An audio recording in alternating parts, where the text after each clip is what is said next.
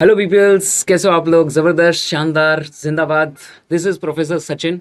I am going to record this particular session of capital market securities law, the amendment session. ठीक है। बहुत लोग मुझे पूछ रहे थे कि सर सप्लीमेंट आ रहा है क्या, सप्लीमेंट है क्या सर, कुछ चेंजेस है क्या, कुछ चेंजेस हैं क्या। मैं अगर आप लोगों को बता दूं कि चेंजेस जो हैं वो इतने ज़्यादा चेंजेस नहीं हैं। आप लोग ये चेंजेस ऑलरेडी ऑनगोइंग लेक्चर्स में जो अपने ऑफलाइन होते हैं वो लेक्चर्स में आप लोग पढ़ चुके हो। आप लोगों ने ऑनलाइन सेशंस में भी रिकॉर्डेड वाले देख चुके हो, तो उसमें मैंने ऑलरेडी कवर किया है। बट फिर भी एक हमें ऐसा लग रहा है कि सर शायद कवर नहीं हुआ रहेगा कुछ, तो इसके लिए मैं एक और छोटा सा वीडियो लेके आ गया, दैट्स कॉल, जहाँ पे जून 2025 का हम लोग सिलेबस रिकॉर्ड करेंगे।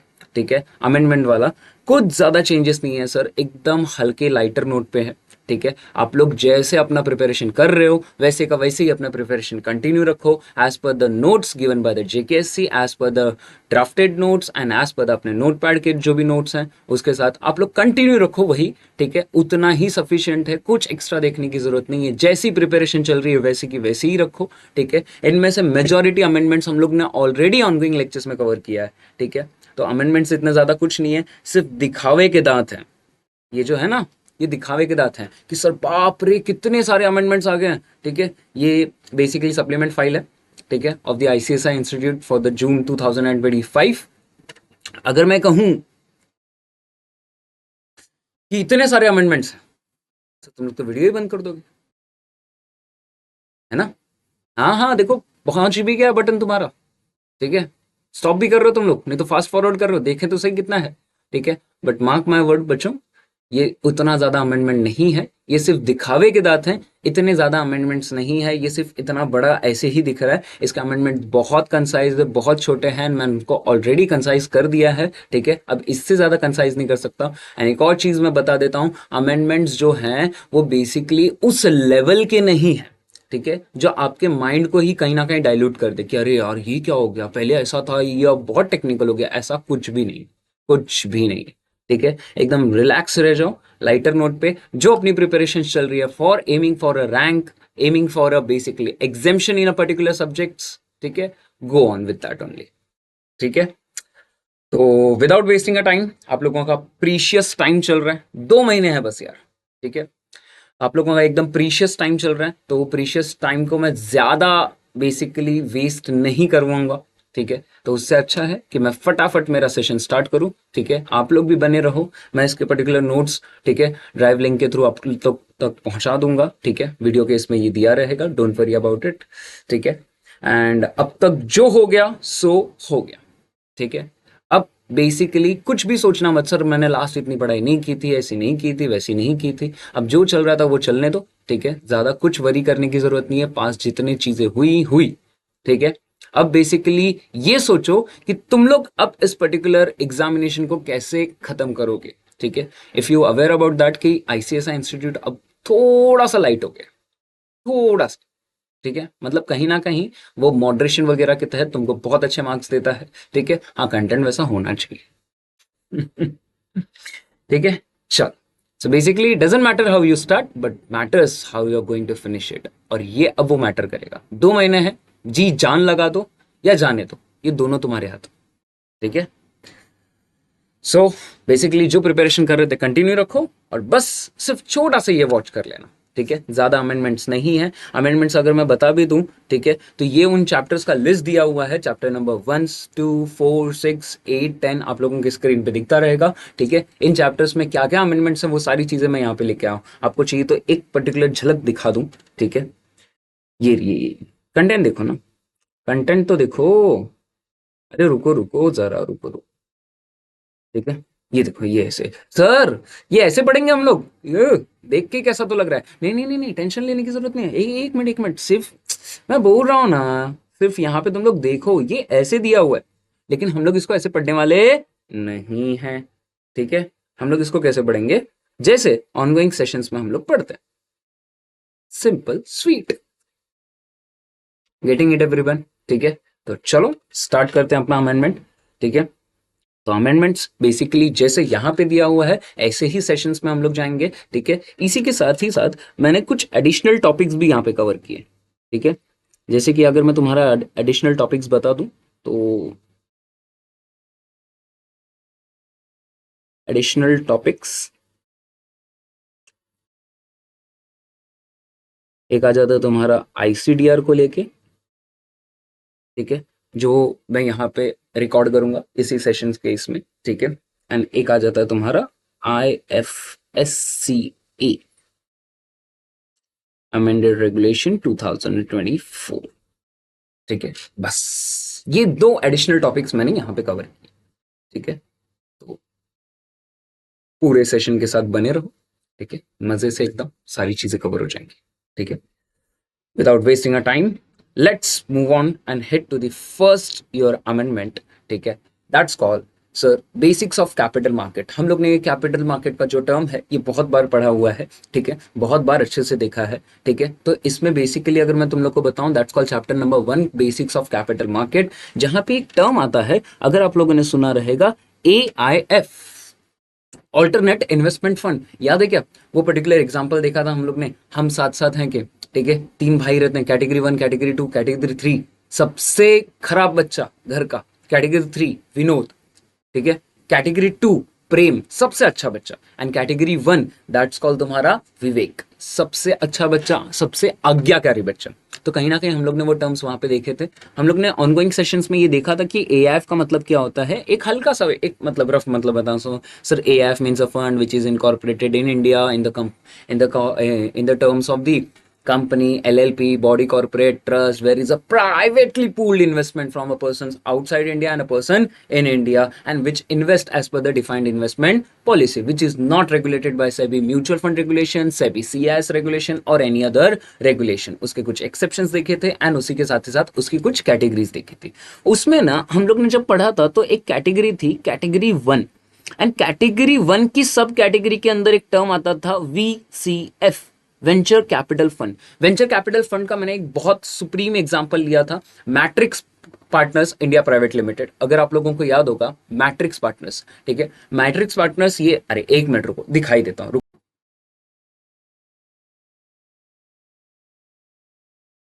Matrix partners India private limited, ठीक है, वो मैंने ऑनगोइंग लेक्चर्स में ही लिया था। अगर आप लोगों को याद होगा, अगर कुछ याद होगा हल्का हल्का, तो ये याद है क्या, ये याद है क्या, Z47, this basically a matrix partners India private limited, जो बेसिकली क्या करते हैं कि आप लोग जो भी अपने आइडिया सबमिट करते हो उनके लिए उन लोग फंडिंग्स प्रोवाइड करते हैं। आप लोग जो अपना क्या सबमिट करते हो, आइडिया सबमिट करते हो, ठीक है। जैसे कि हम लोग इसमें बहुत सारे एग्जांपल्स देख चुके थे, ये उनका पोर्टफोलियो है, एकदम शानदार तरीके का पोर्टफोलियो है। जैसे कि ये कुछ नाम तुम लोग को पता रहेंगे, बहुत फेमस है, दैट्स कॉल्ड ओला, रेजर पे, इस पर्टिकुलर ऐसे ऐसे छोटे छोटे स्टार्टअप्स, ये खेलते रहोगे शायद, ठीक है, नहीं नहीं जस्ट मस्ती कर रहा था। हाँ ये भाई, ये तो पूछो ही मत, कंट्री डिलाइट, इनकी तो मलाई पता नहीं पनीर जैसी मलाई कैसी जम जाती है।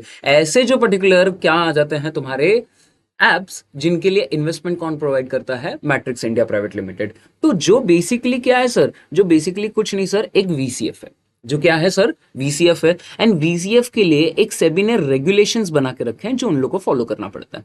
VCS is going to be covered under the SEBI AIF regulation and SEBI VCF regulation, ठीक है। तो उसके अंदर वो चीजें कवर होती थी। अब इन्होंने सिंपली क्या किया, इन्होंने सिंपली ऐसा कर दिया है कि ये जो VCF रेगुलेशन है, इसको सेबी ने अमेंड करके एक नया रेगुलेशन लाया।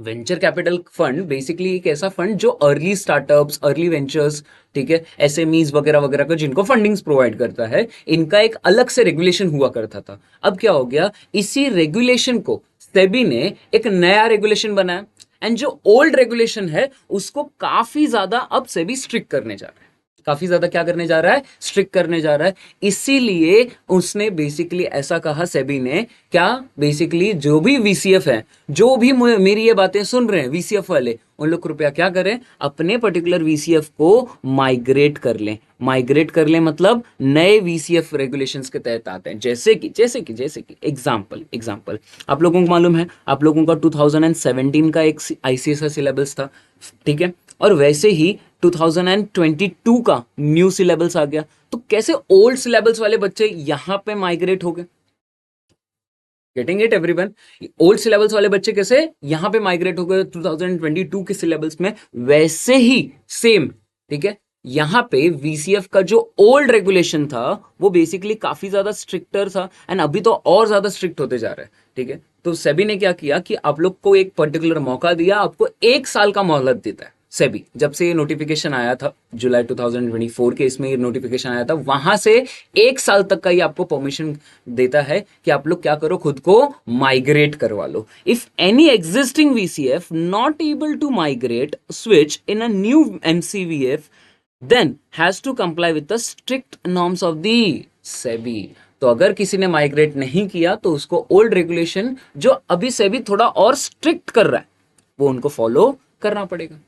That's it. यही तो छोटा सा अमेंडमेंट था. मतलब सर एक्चुअली देखा जाए अमेंडमेंट कुछ था ही नहीं. अमेंडमेंट तो इतू सा है कि जो ओल्ड वीसीएफ है उनको नया वीसीएफ में आ जाना है 12 महीने के अंदर अंदर. जब से नोटिफिकेशन आया है, नहीं आए तो जो ओल्ड वीसीएफ है उसमें जो रेगुलेशंस हैं वो सेबी थोड़ा ज्यादा स्ट्रिक्ट कर रहा है, तो वो उनके ऊपर बाइंड कर जाएगा. That's it. तो वीसीएफ जो ओल्ड थे अब वो न्यू हो रहे हैं. ठीक है, मतलब उनको माइग्रेट करने के लिए कहा जा रहा है, न्यू रेगुलेशन के तहत कवर करने के लिए कहा जाता है. ठीक है, न्यू रेगुलेशन क्या है सर? न्यू रेगुलेशन जो नया लाया है इन लोग ने, दैट्स कॉल्ड ओल्ड का जो 1990 के इसमें आता था उसको अभी इन्होंने स्विच करके नए इसमें आने के लिए बोल दिया. तो बेसिकली कुछ नहीं, यहाँ पे सिर्फ एक माइग्रेशन का पॉइंट आता है. दूसरा AIF. AIF बेसिकली किसकी बात करता है? 3 कैटेगरीज की बात करता है. उसमें जो कैटेगरी नंबर 2 हुआ करता था, याद है क्या? प्रेम बच्चा, ठीक है, माँ का सबसे लाडला, ठीक है, जो बड़े भाई को फॉलो करता है. बेसिकली वो जो कैटेगरी 2 था उसमें एक वर्ड इन लोग ने रिमूव कर दिया, meet day to day operational compliances. मतलब इन लोग जो फंडिंग रेज करते थे वो बेसिकली अपने बिजनेस के day to day operational compliances को मीटअप करने के लिए यूज करते थे. ये वर्ड इन्होंने सिर्फ रिमूव किया. ये अमेंडमेंट है क्या? ये अमेंडमेंट है क्या? बिल्कुल नहीं. तो अमेंडमेंट सिर्फ देखा जाए basics of capital market, your chapter number 1, उसमें इतना सा ही अमेंडमेंट है. जो वीसीएफ ओल्ड वाले थे उन लोग को नए के इसमें माइग्रेट हो जाना है 12 महीने के अंदर अंदर. अगर उन लोग नहीं होते हैं तो सेबी ने जो ओल्ड में ना और स्ट्रिक्टर नॉर्म डाल दिया है वो उनको फॉलो करना पड़ेगा. That's it. इतना सा अमेंडमेंट था. Next your chapter number 2, secondary market in India. उसमें याद है क्या? Settlement cycle.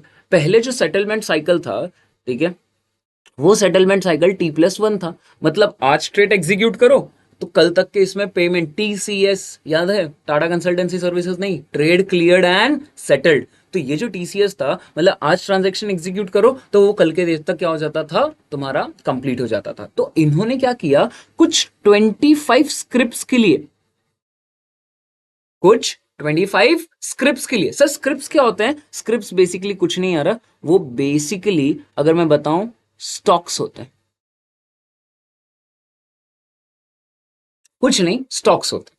ठीक है, जैसे इक्विटी हो गया, ये भी एक स्क्रिप्ट है. ठीक है, फिर आ जाता है तुम्हारा प्रेफरेंस, बॉन्ड्स, ये सारे के सारे स्क्रिप्ट्स हैं. तो स्क्रिप्ट्स एक वाइडर टर्म है. तो इन्होंने ये ऐसी सिंपली बताया है कि जो पर्टिकुलर 25 स्क्रिप्ट्स हैं, ऐसे कुछ उनके पर्टिकुलर डिसाइडेड, उनके लिए सेटलमेंट साइकिल कितना हो गया, T+O. या फिर हम लोग ऐसा बोल सकते हैं ऑन दैट डे ओनली वो सेटल हो जाएगा on the spot. Are you guys getting it everyone? तो इसके लिए टाइमिंग क्या रहेगा, 9:15 to 1:30 के बीच का. उसी टाइम में वो ट्रेड होंगे वो पर्टिकुलर स्टॉक्स एंड वो क्या हो जाएंगे, सेटल हो जाएंगे. That's it. इतना ही उन्होंने बताया कि T+1 से T+O हो जाएगा. इतना ही. यही था तुम्हारा क्या, अमेंडमेंट. मतलब सर आप ऐसा कहना चाहते हो ये जो T+1 है वो है, वो है, ठीक है, वो तो है. इन्होंने ये एक नया इंट्रोड्यूस किया है, इसलिए ओनली फॉर 25 स्क्रिप्ट्स के लिए, 25 स्टॉक्स के लिए, वो उन लोग का स्पेसिफाइड. That's it. तो मतलब सर ओल्ड टाइमलाइन भी है, न्यू टाइमलाइन भी है. ठीक है, ओल्ड वन जो बेसिकली है वो 25 स्क्रिप्ट्स के अलावा वाले जितने भी स्टॉक्स हैं वो आज एग्जीक्यूट होंगे, कल तक के इसमें ट्रेड हो जाते हैं, सॉरी सेटल्ड हो जाते हैं. और यहाँ पे इन्होंने बताया T+O जो बेसिकली आज एग्जीक्यूट होंगे एंड आज ही सेटल हो जाएंगे. टाइम पीरियड क्या है, 9:15 to 1:30. ये था उनका सेटलमेंट साइकिल. दूसरा सेटलमेंट इन्होंने क्या बताया, सॉरी सेकेंड अमेंडमेंट क्या बताया कि जो स्कोर्स है 2.0 रोबोट 2.0, इन्होंने बोला जो स्कोर्स है, ठीक है, आप लोगों का जहां पे ग्रीवेंस रिड्रेसल होते हैं, मतलब बेसिकली जो भी कंपनीज लिस्ट होती हैं उन कंपनीज को खुद को क्या करवाना पड़ता है, रजिस्टर करवाना पड़ता है स्कोर्स के पास, कि कल को अगर कोई भी पर्टिकुलर इन्वेस्टर, ठीक है, ग्रीवेंसेस लेके आता है तो वो यहाँ पे उस कंपनी के नाम पे कंप्लेंट फाइल कर सकता है एंड बेसिकली उसके प्रॉब्लम्स यहीं पे सॉर्ट आउट हो जाएंगे. ठीक है, तो बेसिकली ये एक मैकेनिज्म है स्कोर्स, ये आप लोगों को मालूम है. बस खाली इसका जो अपडेटेड वर्जन है ठीक है, इन लोगों ने थोड़ा सा एनहांस कर दिया एंड अभी कौन सा वर्जन आ गया तुम्हारा 2.0 का। दैट्स इट, यही तो अमेंडमेंट था। तो मतलब सर अब तक हम लोग ने 2 चैप्टर्स देख लिए। चैप्टर नंबर 1 तुम्हारा एआईएफ, ठीक है, उसमें अमेंडमेंट क्या है? अमेंडमेंट अगर मैं एआईएफ की कैटेगरी वाली को साइड में रख दूं, लेकिन उसके एक सब कैटेगरी की बात करूं, किसकी? वीसीएफ की, तो इन्होंने एक नया फंड इंट्रोड्यूस किया है। एंड सेकंड अमेंडमेंट तुम्हारा आ जाता है, that's called sir settlement cycle. T+1 था जो T+O हो चुका है ओनली फॉर 25 स्क्रिप्ट, उसके टाइमलाइन के बेस पे 9:15 to 1:30 के बीच में वो ट्रेड होना चाहिए। एंड स्कोर्स जो है वो उसमें एक नया पर्टिकुलर वर्जन इंट्रोड्यूस किया, that's called robot 2.0। Now your third amendment, ठीक है, which is regarding your chapter number 6 securities market intermediates. उसमें इन्होंने क्या बताया है कि बैंकर टू एन इश्यू करके एक टर्म हुआ करता था, याद है क्या? बैंकर, बैंकर, ठीक है, बैंकर का काम क्या रहता है? ठीक है, बैंकर मीन्स अ शेड्यूल कमर्शियल बैंक और एनी अदर बैंक जो बेसिकली क्या करता है? पैसा, ये पैसा, पैसा, एक्सेप्टेंस ऑफ एप्लीकेशन मनी, फिर अलॉटमेंट, फिर कॉल मनी, फिर रिफंड कर देना, फिर payment of dividend and interest, escrow account services देना। अब ये तो मालूम रहेगा ना, एस्क्रो अकाउंट में 1% कैश होता है at the time of buyback वगैरह एंड 2.5 रहता है कैश, ठीक है, 2.5% का कैश रहेगा at the time of buyback through book building mechanism. ये तो ऑनगोइंग लेक्चर्स में देखा था ना। तो उसमें हम लोग ने तो ये भी तो देखा था कि पर्टिकुलर जो एस्क्रो अकाउंट है उसके अंदर क्या क्या तौर पे हम लोग चीजें रख सकते हैं। जैसे कि अगर आप लोगों को याद रहेगा, बैंक गारंटी के तौर पे, इक्विटी शेयर्स के तौर पे, म्यूचुअल फंड्स के यूनिट्स के तौर पे, ठीक है। तो कहीं ना कहीं ऐसी अगर कोई बैंक एस्क्रो अकाउंट सर्विसेज दे रही है तो वो पर्टिकुलर सर्विसेज भी basically banker to an issue के अंदर कवर होता है। नेक्स्ट आ जाता है separate bank account services for the payment. तो इन्होंने यहाँ पे सिर्फ ये 2 टर्म इंट्रोड्यूस किया। सर ये तो हमको पता है, हाँ, बस इंस्टीट्यूट को लगा आप लोग ये भूल चुके हो, इसके लिए 2 टर्म इंट्रोड्यूस किया कि एस्क्रो अकाउंट सर्विसेज भी कौन देता है? Sir banker to an issue and separate bank account services for the payment. अगर आप लोगों को रहेगा एस्क्रो अकाउंट अलग होता है, payment for the particular escrow account जो जिस पर्पस के लिए ओपन किया है, ठीक है, वो पर्टिकुलर पर्पस के लिए पेमेंट करने के लिए जो अकाउंट रहता है वो अलग होता है। दोनों अलग अलग होते हैं। ये हम लोग ने ऑनगोइंग लेक्चर्स में बहुत अच्छे से देखा था, ठीक है। नेक्स्ट अगर आप लोगों को याद होगा तो इसी में इन लोग ने लास्ट में एक टर्म ऐड किया है कि कोई भी बैंकर टू एन इशू अपना बिजनेस ऑपरेशन तब तक कैरी नहीं कर सकता जब तक उसके पास क्या ना हो? COCOB, that's called certificate of commencement of business. तो जब तक ये सर्टिफिकेट उसको ना मिले तब तक वो अपना कोई भी बिजनेस ट्रांजैक्ट कर नहीं सकता। मतलब अगर मैं कहूं सर सिक्योरिटीज मार्केट इंटरमीडिएट्स को लेके इन्होंने सिर्फ और सिर्फ इतना बताया कि सिक्योरिटीज मार्केट इंटरमीडिएट में एस्क्रो अकाउंट सर्विसेज भी देता है बैंकर टू एन इशू, दूसरा सेपरेट बैंक अकाउंट के थ्रू वो पेमेंट करता है, और तीसरा एक चीज इन्होंने नोट के तौर पे बता दिया है कि वो तब तक अपना कोई भी बिजनेस प्रैक्टिस नहीं कर सकता जब तक उसको क्या ना रिसीव्ड हो जाए? Certificate of commencement of business. ये देखो,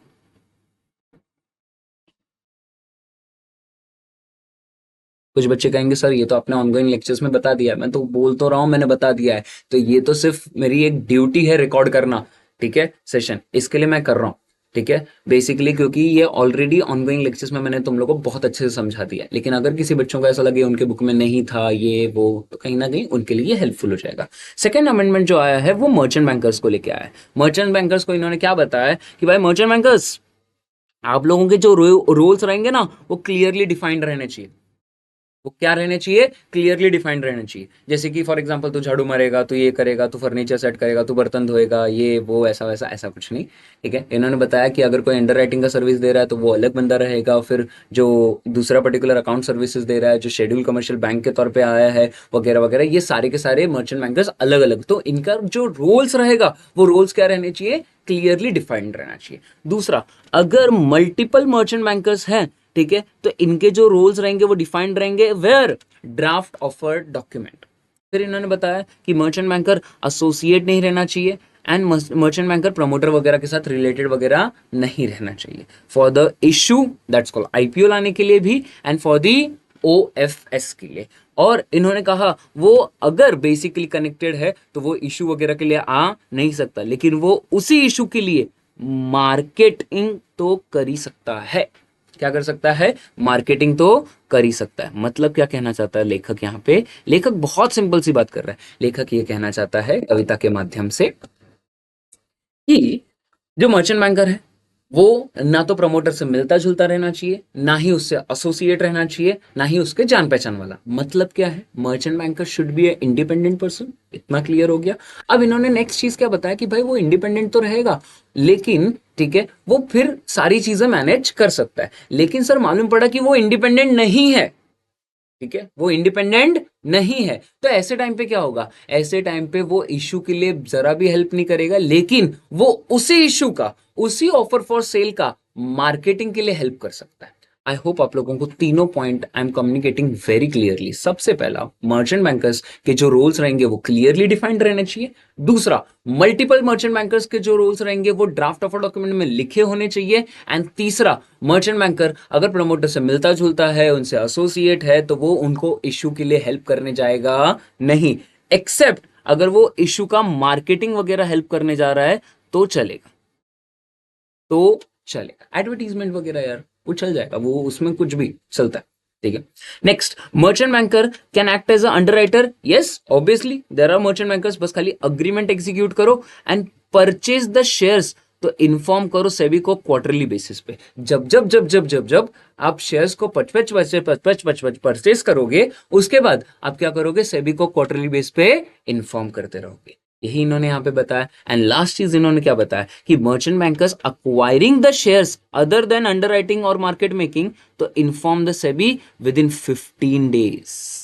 अगर आप लोगों को समझ में आता रहेगा, ठीक है। पॉइंट्स क्या हैं, एकदम सिंपल है। सबसे पहला, मर्चेंट बैंकर के जो रूल्स हैं वो क्लियरली डिफाइंड रहने चाहिए। हाँ, कहाँ पे, अगर बहुत सारे मर्चेंट बैंकर्स हैं तो उनके रूल्स कहाँ पे डिफाइंड रहेंगे, ड्राफ्ट ऑफ डॉक्यूमेंट में डिफाइंड रहने चाहिए। मर्चेंट बैंकर मिलते जुलते नहीं रहने चाहिए। अगर मिलते जुलते हैं किससे सर, प्रमोटर से, उनके किसी भी एसोसिएट्स वगैरह से, ठीक है, तो वहां पे उन लोग इश्यू वगैरह का सर्विस दे नहीं सकते, लेकिन मार्केटिंग का सर्विस तो दे सकते हैं, एडवर्टीजमेंट वगैरह के लिए हेल्प कर सकते हैं। मर्चेंट बैंकर अगर अंडर राइटर है तो अग्रीमेंट होना चाहिए, एंड अंडर राइटिंग के तहत अगर वो शेयर्स परचेस कर रहा है तो वो क्वार्टरली बेस पे सेबी को इन्फॉर्म करते रहेगा, ठीक है। उसके बाद इन्होंने बताया अगर मर्चेंट बैंकर शेयर्स अक्वायर कर रहा है other than giving a services like a under writing या फिर मार्केट मेकिंग के लिए, उन दोनों सर्विसेज के अलावा में जाके अगर शेयर मर्चेंट बैंकर अपना पर्टिकुलर शेयर्स अक्वायर करने जा रहा है, तो वो विद इन 15 डेज सेबी को बता देगा।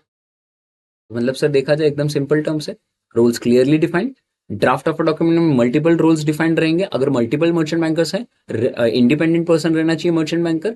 एंड बेसिकली अगर इंडिपेंडेंट नहीं है तो वो सिर्फ और सिर्फ कौन सी सर्विस दे सकता है, मार्केट मेकिंग की, सॉरी मार्केटिंग की सर्विस दे सकता है। दूसरा, अगर वो अंडर राइटर के तौर पे जा रहा है तो अंडर राइटिंग अग्रीमेंट एग्जीक्यूट करेगा, एंड शेयर्स को जब जब परचेस करेगा तब वो क्या करेगा, सेबी को क्वार्टरली बेस पे इन्फॉर्म कर दिया करेगा। उसके बाद इन्होंने बताया जो मर्चेंट बैंकर है अगर वो शेयर्स अक्वायर कर रहा है, ठीक है, अदर देन अंडर राइटिंग और मार्केट मेकिंग, तो वो बेसिकली सेबी को कितने दिनों में बताएगा, 15 डेज में। सुपर, इतना सा ही तो अमेंडमेंट। ये कुछ लग रहा है अमेंडमेंट, एक्चुअली देखा जाए कुछ नहीं। जो चीज हम लोग को पहले से मालूम थी अंदर ही अंदर, हम लोग खुद को, हाँ मर्चेंट बैंकर तो इंडिपेंडेंट ही होगा, हाँ मर्चेंट बैंकर के तो रूल्स उसको पता ही होंगे, ये पहले से जो हम लोग बोल के रखते थे उसको अब इंस्टीट्यूट ने एक सेंटेंस वाइज इंट्रोड्यूस कर दिया। मतलब पहले जो हम लोग डीम्ड ऐसा समझ लेते हैं, हाँ उसको तो ऑब्वियसली यार, ठीक है, उसको अपने रूल्स पता नहीं रहेंगे क्या, पता रहेंगे ना, बस खाली ये स्टेटमेंट में अब लिखा होना चाहिए, दैट्स इट। समझा, ठीक है।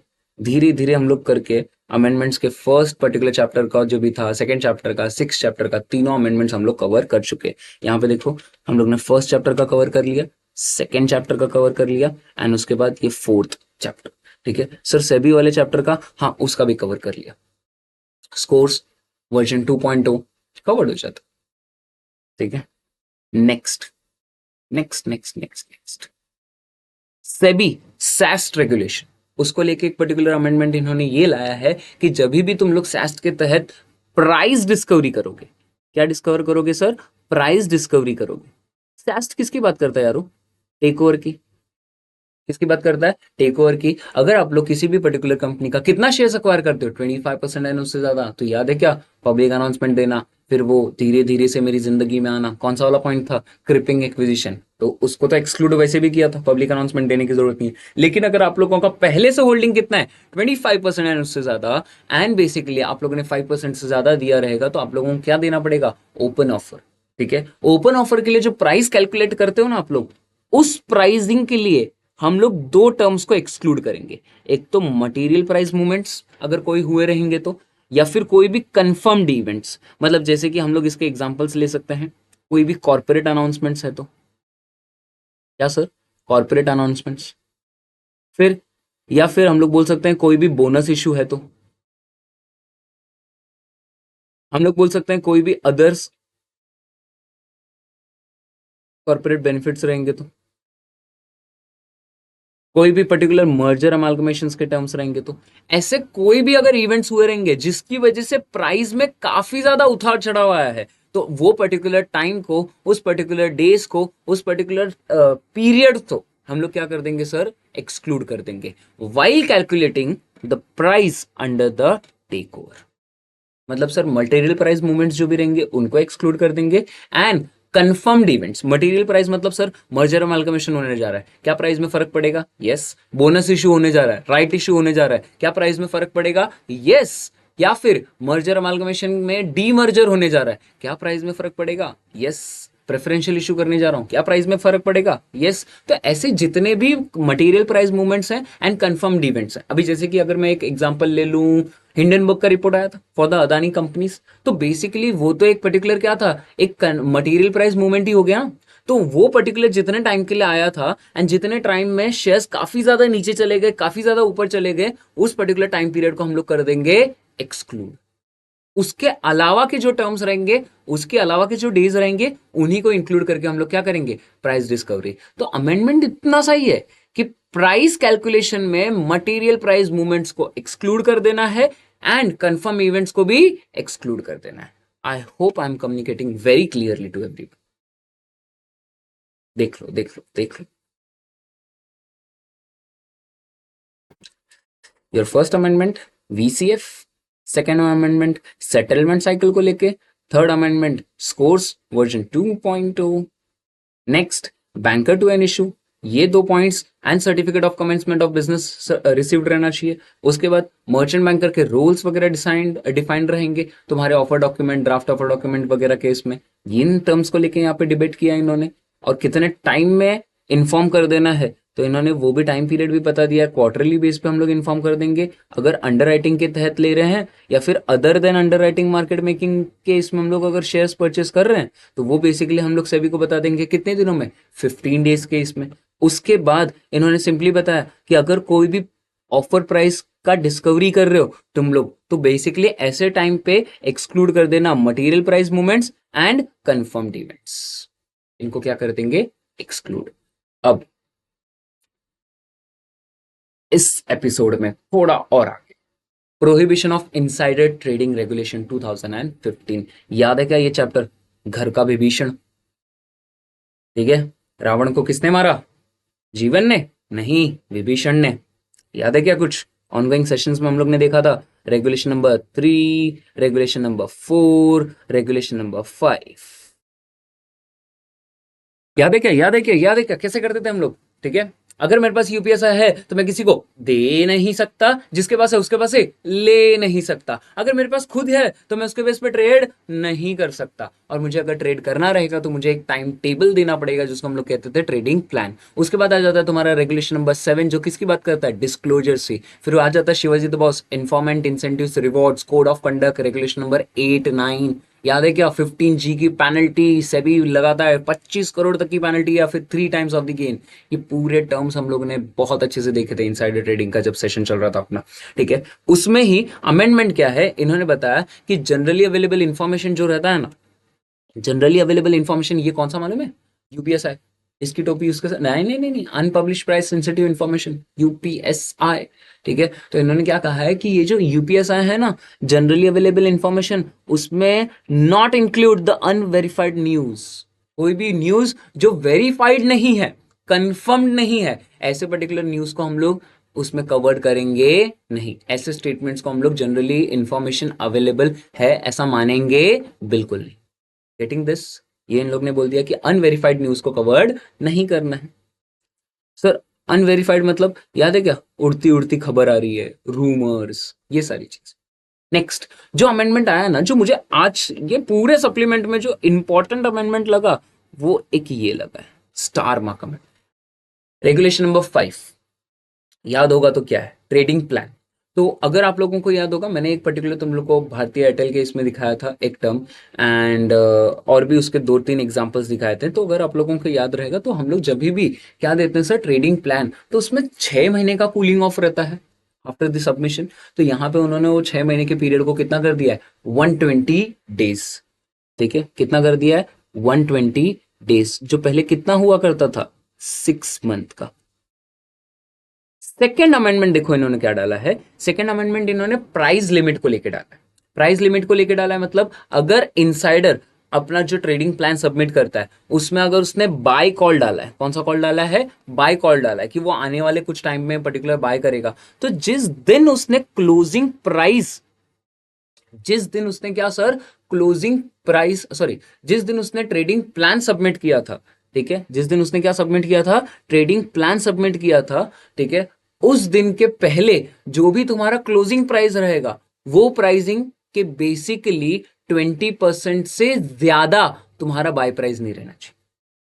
अगर तुम्हारा मालूम पड़ा कि उस टाइम पे 20% से ज्यादा बाय प्राइस आ रहा है तो तुम लोग क्या नहीं कर सकते, तुम लोग उस टाइम पे बाय नहीं कर सकते। नेक्स्ट, जिस दिन तुम लोग ने अपना ट्रेडिंग प्लान सबमिट किया और उस दिन तुम्हारा ट्रेडिंग प्लान सबमिट किया उसके एक दिन पहले का जो क्लोजिंग प्राइस था, उस दिन अगर तुम्हारा जो भी पर्टिकुलर क्लोजिंग प्राइस है उसके कंपैरिजन में अगर 20% से कम तुम्हारा सेल प्राइस हो जाता है, ठीक है, at the time of executing your insider particular offer, तो उस टाइम पे हम लोग उस पर्टिकुलर प्राइस को कंसीडर नहीं करेंगे। सर आप ये क्या बोल रहे हो ना, हम लोग के दिमाग में कुछ भी नहीं समझ में आ रहा है, कुछ भी नहीं समझ में आ रहा है। मुझे मालूम था तुम लोग ऐसे ही बोलोगे मेरे को, ठीक है, इसके लिए मैं यहाँ पे ऑलरेडी एक एग्जाम्पल लेके आया। एग्जाम्पल देखो क्या है, बाय ट्रेड, एक सिनेरियो लेते हैं बाय ट्रेड का, और फिर एक सिनेरियो लेंगे कौन सा, सेल ट्रेड का। सिनेरियो नंबर 1 वो क्या कहता है, if a company ABC limited stock close eight ₹100 on the day before the trading plan submission. जो इनसाइडर नहीं क्या ट्रेडिंग प्लान सबमिट करता है, तो वो जिस भी दिन सबमिट कर रहा है उसके पहले का जो एक दिन था, मतलब मान लो अगर मैं बोलूं 17 तारीख को, ठीक है, वो क्या कर रहा है, सबमिट कर रहा है, तो 17 के पहले 16 को जो भी तुम्हारी कंपनी का क्लोजिंग प्राइस रहा रहेगा, एग्जाम्पल मान लो 100, the insider wants to buy the shares, तो एक अपर लिमिट दे दी जाती है कि आप इतने से ज्यादा पे बाय नहीं कर सकते। अगर आप लोगों को मालूम रहेगा, आप लोगों को ट्रेडिंग प्लान के तहत सारी चीजें स्पेसिफाई करनी पड़ती है, कौन सा स्टॉक खरीदोगे, कितने टाइम पे खरीदोगे, कितने नंबर ऑफ स्टॉक्स खरीदोगे, कौन से प्राइस पे। तो इन्होंने अब उसमें क्या चेंज लाया है कि उन लोग ने अब प्राइसिंग में तुमसे प्राइस बैंड मांगते हैं। क्या मांगते हैं, प्राइस बैंड, कि आप लोग जो डिटेल्स हमको फर्निश कर रहे हो ना वो वैसे का वैसे ही करो, बस खाली उसमें एक प्राइस बैंड दे दो। अब सर प्राइस बैंड क्या है, तो उन्होंने कहा जो 100 रुपीज का शेयर है उसमें तुम कितना ज्यादा से ज्यादा और हाइक करवा के ले सकते हो, ठीक है, +20%, मतलब आने वाले टाइम में, जैसे कि फॉर एग्जाम्पल ले लेते हैं, 17 जैन को मैंने ट्रेडिंग प्लान सबमिट किया, वहां से 120 डेज के बाद ही मेरा ट्रेडिंग प्लान एक्टिवेट होगा, ठीक है, तो 120 डेज इज नथिंग बट, मैं ऐसा बोल सकता हूँ सर तुम्हारा नहीं नहीं बोल के भी अराउंड 4 महीने के आगे आराम से होता है, ठीक है, तो 4 महीने के आगे उसके बाद सर कहीं ना कहीं जाके मेरा ट्रेडिंग प्लान एक्टिवेट हो जाएगा। अब वो ट्रेडिंग प्लान में मान लो मैंने एक डेट दिया था 8 अक्टूबर, और वो 8 अक्टूबर को मैं बाय करने वाला हूँ, बाय नहीं, बाय करने वाला हूं, ठीक है, कॉल करने वाला हूं, मैं उस दिन क्या करने आ रहा हूं, बाय करने वाला हूं, मान लो कितने, 200 शेयर्स। तो उस दिन जो प्राइस रहेगा, ठीक है, करंट मार्केट प्राइस, वो बेसिकली कितना रहना चाहिए, 100 से 120 के बीच रहना चाहिए। कितना रहना चाहिए, 100 से 120 के बीच में रहना चाहिए। अगर वो जो पर्टिकुलर प्राइस है वो 120 के ऊपर चला जाता है तो ट्रेड विल नॉट एग्जीक्यूट। उस दिन मान लो सर प्राइस 140 हो गया, कितना हो गया, 140 हो गया, तो बेसिकली तुम लोग ये ट्रेड एग्जीक्यूट नहीं कर सकते, इवन दो अगर आप लोगों ने ये ट्रेडिंग प्लान में मेंशन किया है तो भी। सर ये तो गलत है, इंसाइडर के साथ चीटिंग। हाँ हाँ, चीटिंग नहीं, ठीक है, ये एक सेबी का बनाया हुआ सेटिंग है। जो करना ही पड़ेगा, क्योंकि नहीं तो ऐसा हो जाता है ना कि आप लोग प्राइस इन्फ्लुएंस कर रहे हो, आपको मालूम था वो इन्फॉर्मेशन उस लेवल तक का आपको गेन दिलवा सकता है। तो इन शॉर्ट जितना हो सके उतना, क्योंकि अपने इंडिया में इनसाइडर ट्रेडिंग क्या है, रेस्ट्रिक्टेड है क्या? नहीं, प्रोहिबिटेड है। तो बेसिकली इसके लिए थोड़ा एक स्ट्रिक्टर नॉर्म लाया, सर ये तो इनसाइडर के साथ फेयर नहीं हुआ। हाँ, फेयर तो नहीं है, क्या कर सकते, ठीक है, जाने दो, कोई बात, happens, happens only in India, ठीक है। अच्छा, वो सब छोड़ो। टर्म देखो क्या है, टर्म बेसिकली इतना ही है कि एक प्राइस बैंड देना पड़ेगा आप लोगों को, ठीक है। प्राइस बैंड में अगर आप बाय कॉल करने जा रहे हो तो प्राइस आपका 20%, ठीक है, एक ऐड कर देना, मतलब 120, जो भी तुम्हारा क्लोजिंग प्राइस रहेगा जिस दिन तुम सबमिट करने जा रहे हो, तो उसके एक दिन पहले का जो क्लोजिंग प्राइस है on the day before the trading plan submission, ठीक है, वो तुम्हारा क्लोजिंग प्राइस, उसमें ज्यादा से ज्यादा 20% का हाइक, वो तुम्हारा एक बैंड तैयार हो गया। उसमें floor price, cap price, floor price, cap price, ठीक है, मिनिमम प्राइस, मैक्सिमम प्राइस, तो ऐसा एक बैंड तैयार हो गया। और जिस दिन तुम्हारा एक्चुअल ट्रेड एग्जीक्यूशन रहेगा उस दिन उस बैंड प्राइस के ऊपर जाना नहीं चाहिए। अगर ऊपर चला गया तो बेसिकली तुम लोग ने जो सबमिटेड ट्रेडिंग प्लान में कहा था कि हम लोग 200 शेयर्स लेंगे, वो तुम उस दिन ले नहीं सकते। Rules are rules my friends. Next, sell scenario. Sir sell समझ गया हमको, अगर उसमें वो उसमें बाय नहीं कर सकता तो यहाँ पे वो उस प्राइस पे सेल नहीं कर सकता, अगर वो प्राइस तुम्हारे स्पेसिफाइड प्राइस के 20% के नीचे चला गया। मतलब सर एग्जांपल, इनसाइडर ट्रेडिंग, ठीक है, इनसाइडर प्लान्स में मैंने क्या मेंशन किया सर, मैं शेयर्स को सेल करूंगा, क्या करूंगा, सेल करूंगा। और जिस दिन तुमने ये लिखा कि मैं सेल करूंगा, उस दिन तुम्हारा जो प्राइस था वो कितना था, 200 था, on the day before submission. तुम्हारा लोअर प्राइस लिमिट क्या हो जाता है सर, दैट्स कॉल्ड 200 माइनस 20%, मतलब 160। तो मतलब मैं आपको बोल सकता हूं कि आपका जो प्राइस बैंड तैयार हो रहा है वो कितने का तैयार हो रहा है, 160 से 200 का। तो मान लो जिस दिन तुम ट्रेड एग्जीक्यूट करने जा रहे थे उस दिन प्राइस 120 के नीचे चला गया, प्राइस 120 के नीचे चला गया। हाँ मैं मानता हूं तुम्हारी गलती नहीं थी इसमें, लेकिन तुम उस दिन ट्रेड एग्जीक्यूट नहीं कर सकते सर, मानना पड़ेगा। Rules are rules, my friends.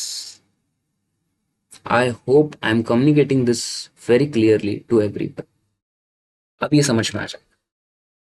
ये रहा एग्जाम्पल, ये फाइल आपको मिल जाएगी, आप टेंशन मत लो। ये रहा आपका एग्जाम्पल, दोनों सिनेरियो, एंड ये रहा एक्चुअल क्रक्स। कि बाय टाइम पे जो प्राइस बैंड बनाओगे वो तुम्हारे क्लोजिंग प्राइस से 20% से ज्यादा पे नहीं जाना चाहिए, एंड सेल टाइम पे जो तुम लोग ने लिखा रहेगा उसका जो प्राइस बैंड है वो 20% से कम नहीं ज्यादा होना चाहिए। That's it. तो मतलब जो प्राइसिंग रहेगा उसमें 20% ऐड कर दो बाय केस में, एंड जो अपना सेलिंग का रहेगा उसमें 20% लेस कर दो, सिंपल। अब ये कैसे लेना है, क्या लेना है, इसका न्यूमेरिकल बेस्ट मैंने वो सिनेरियोज में देके रखा है, तो आप लोग वो सिनेरियो एक और बार रीड करोगे अच्छे से तो आपको समझ में आ जाएगा। तो मतलब सर जब भी मैं प्राइस बैंड दूंगा, पहले मैं डायरेक्ट प्राइस देता था, अब मैं प्राइस बैंड दूंगा, और उस प्राइस बैंड में अगर मैं बाय कर रहा हूं तो मेरे क्लोजिंग प्राइस में +20% हो जाएगा, एक बैंड तैयार, और मेरे सेलिंग प्राइस में का जो क्लोजिंग प्राइस रहेगा उसमें -20%, एक बैंड तैयार। और ये बैंड के रेंज में ही करंट डे का मार्केट प्राइस रहना चाहिए। अगर उसके नीचे है या उसके ऊपर है तो आप बाय नहीं कर सकते, उसके नीचे है तो आप सेल नहीं कर सकते। सर एकदम सिंपल। अब ऐसा लगा ना, हाँ सर ये जरा लगा अमेंडमेंट है, हाँ भाई बात तो मानना पड़ेगा, अमेंडमेंट नहीं एडिशनल पॉइंट कर दिया, ठीक है। तो कहीं ना कहीं मैं बोल सकता हूँ ये दोनों जरा है पावरफुल ऐसा, लेकिन सर निकल के क्या आया क्रक्स, एकदम पिद्दू से, हाँ कुछ नहीं, क्लोजिंग प्राइस में 20% ऐड कर देना, क्लोजिंग प्राइस से 20% लेस कर देना, अगर सेल रहेगा और अगर बाय रहेगा रिस्पेक्टिव। पहला क्या टर्म रहा कि जो भी सबमिट करोगे वो 120 डेज के, इसमें बेसिकली तुम्हारा 120 डेज के बाद वो एक्टिव हो जाएगा, मतलब 120 डेज का कूलिंग पीरियड रहेगा, and secondly buy sell cut. Third जो इन्होंने मेंशन किया यहाँ पे कि कंप्लायंस ऑफिसर जो है वो नोटिफाई करेगा to the stock exchange within 2 days from the acceptance and rejection of the trading plan. That's it, that's it. That's it. पहला अमेंडमेंट समझ में आया, इनसाइडर ट्रेडिंग का अनवेरिफाइड न्यूज इंक्लूड नहीं होगा। दूसरा, ट्रेडिंग प्लान में जो कूलिंग ऑफ पीरियड था वो 6 मंथ था, जिसको इन्होंने हटा के 120 डेज कर दिया, एंड प्राइस लिमिट में एक प्राइस बैंड प्रोवाइड कर। And third, compliance officer stock exchange को सबमिट कर देगा with in 2 days। And the last amendment in the insider trading, that's called Contra trade, अब नहीं रहा।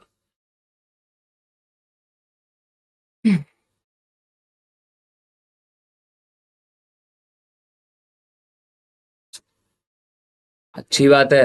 कॉन्ट्रा ट्रेड का मतलब क्या होता था? Opposite trade. 6 महीने के अंदर अंदर आप अपोजिट ट्रेड नहीं कर सकते। जैसे कि फॉर एग्जांपल अगर आपने आज की किसी डेट पे बाय किया है तो 6 महीने के अंदर अंदर आप उसका सेल नहीं कर सकते।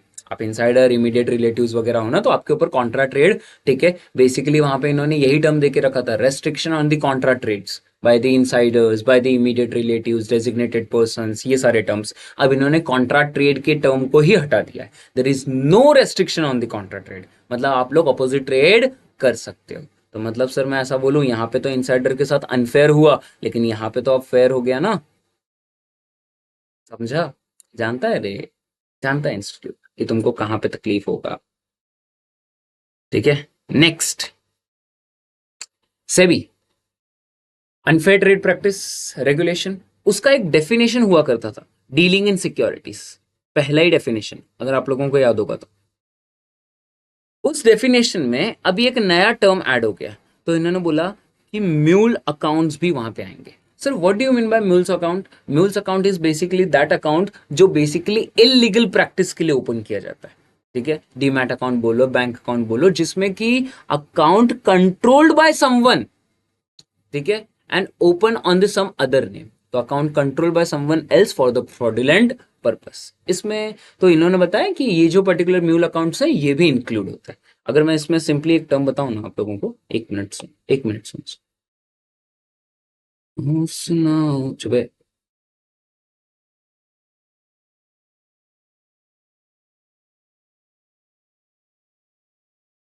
हम्म, ये दिख रहा है, SEBI ban 6 individuals in the front running case of India Infoline group.